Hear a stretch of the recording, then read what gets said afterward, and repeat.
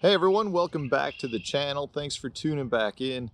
Today we're gonna hit back on those retrieve videos. I've gotten a lot of requests to talk about a biffle head or a wobble head, whatever it is that you want to call this.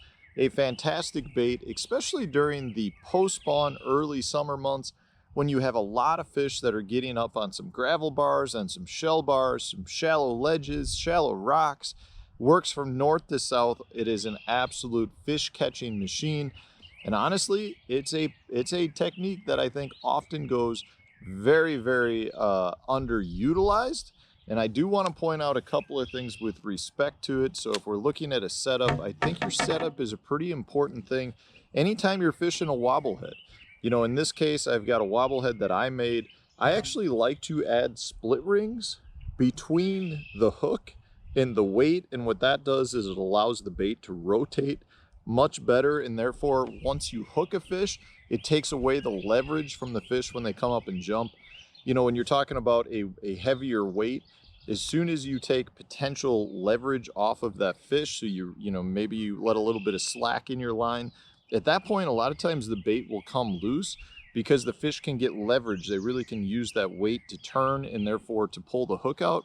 If you add a split ring or two split rings, it really prevents that. At the same time, it just allows your bait to move much freer and therefore gives it better action down in the water. It's something that I feel like has improved my wobblehead fishing drastically. So that's one thing. The other thing I want to point out is your rod and reel setup. I do think it's very important that you choose a proper rod and reel for this, because a lot of times your bites come on the end of your cast or a much further away from where you're at. Whether you're shore fishing or fishing in a boat, you can throw these things like a quarter mile, and because of that you want to make sure that you've got a rod that's got a very stiff backbone. Not necessarily an extra fast action, but you definitely want to make sure you're throwing a fast action rod so that you can drive the hook home in them. A good medium heavy longer rod is generally better. In this case I throw a custom built rod that I make. It's the MHX NMB 873.5. So it's a fast action 7'3" rod. Really allows me to set the hook from a longer distance away and still be able to drive the hook home. The other key with this is you want a little bit longer rod because you're generally picking up a lot of line, and therefore you can almost, you know, again, have a longer sweeping hook set to drive that hook home when they bite a long ways from the boat.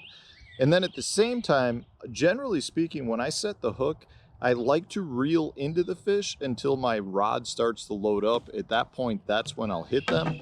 One of the keys with that is throwing a fast gear ratio reel.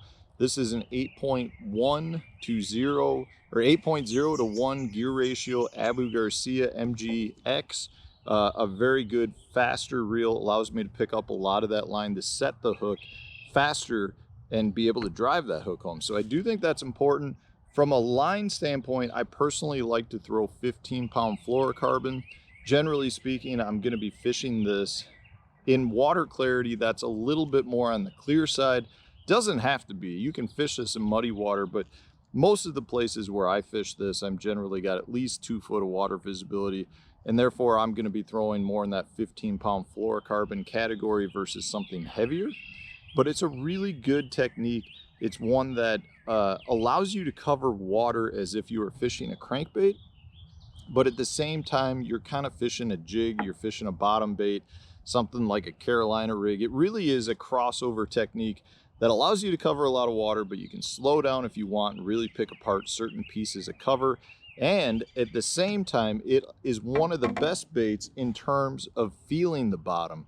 It really allows you a good ability to figure out what it is that you're fishing around. You can tell the difference between rock and wood, big rock, shell, all of that very well with a wobble head. It's very much like a football jig head in that perspective. So it's something that I love to use when I'm out searching for fish. A lot of times I'll fish this more like a crankbait, locate fish, catch a few, and then I can slow down and fish something even slower in those areas to generate a few bites. But I want to share with you guys the retrieves that I like to use, because it is kind of a hybrid between a crankbait and a football jig. the retrieves are kind of a hybrid as well. So I want to walk you through my 3 favorite retrieves, because I have gotten a lot of requests for me to do a wobble head retrieve video. So that's what we're going to get to. Let's go down to the river. I'll show you the 3 retrieves that I really like to fish wobble heads with. All right, so we've got here our custom made wobble head with a Berkeley crash craw. This is one of my favorite combinations. I do like to use more compact craw style baits. So this Berkeley crash craw is a great one. The Strike King Menace is a good one. The Berkeley Boss Grub, a Zoom Speed Craw, something along those lines are very, very good anytime you're fishing this, because you are generally using it more in a crawdad style. But I will say, having said that, they're very good for fishing like a crankbait. And my favorite way to fish it is much more like a crankbait. So I throw it out, let it hit the bottom, and just slow retrieve it, just like I was fishing a crankbait. I'm ticking it across the bottom, you know, bouncing it off some different pieces of cover, but I'm keeping it moving. I may pause it just once or twice just to kind of, you know, let it find its bottom. But generally speaking, it's a straight, slow retrieve, just like a crankbait.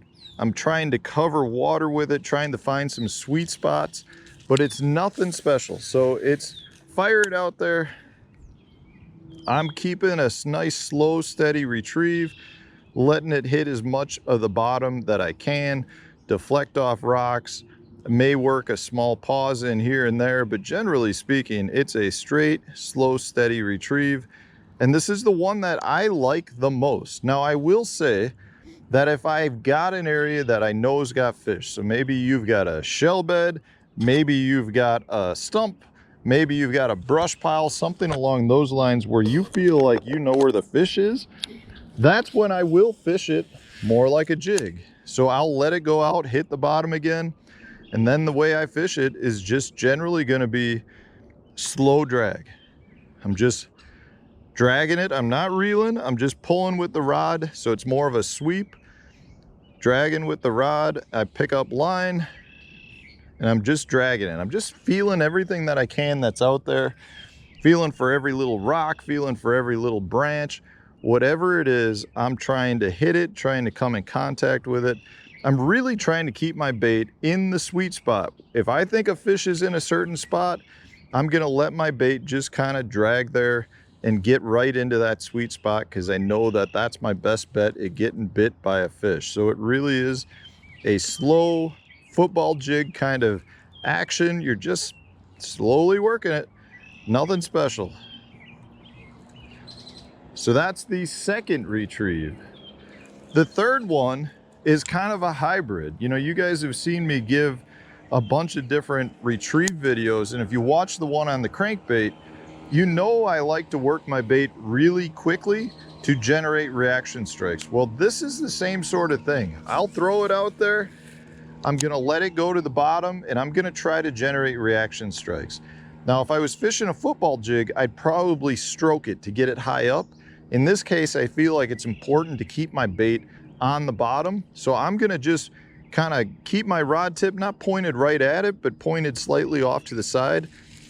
I'm gonna burn it just a couple of cranks with my handle, keep my rod roughly in the same position, burn it, and then I just let it sit. So that bait's kind of rising off the bottom a little bit, but it really is skittering more along the bottom. Most of the bites will come as soon as you let it either fall or sits on the bottom. It's a great way to generate a reaction strike. So if you vision a lot of fish out there, and they're maybe in an inactive feeding mode, you let your bait hit the bottom, you crank it hard, the bait's coming at you about 10 feet, and you kill it. What that will do is generate a reaction strike out of a fish that is not aggressive. They're not actively feeding. And that's one of the best ways to get them to go. Now, you can pop the rod if you want, but I'm telling you, it works better if you just burn it. Kind of like you're fishing a hair jig or a deep chatterbait where you're just burning it and then letting it fall. You don't necessarily want your bait coming high off the bottom when you're fishing a wobble head and trying to create reactionary strikes.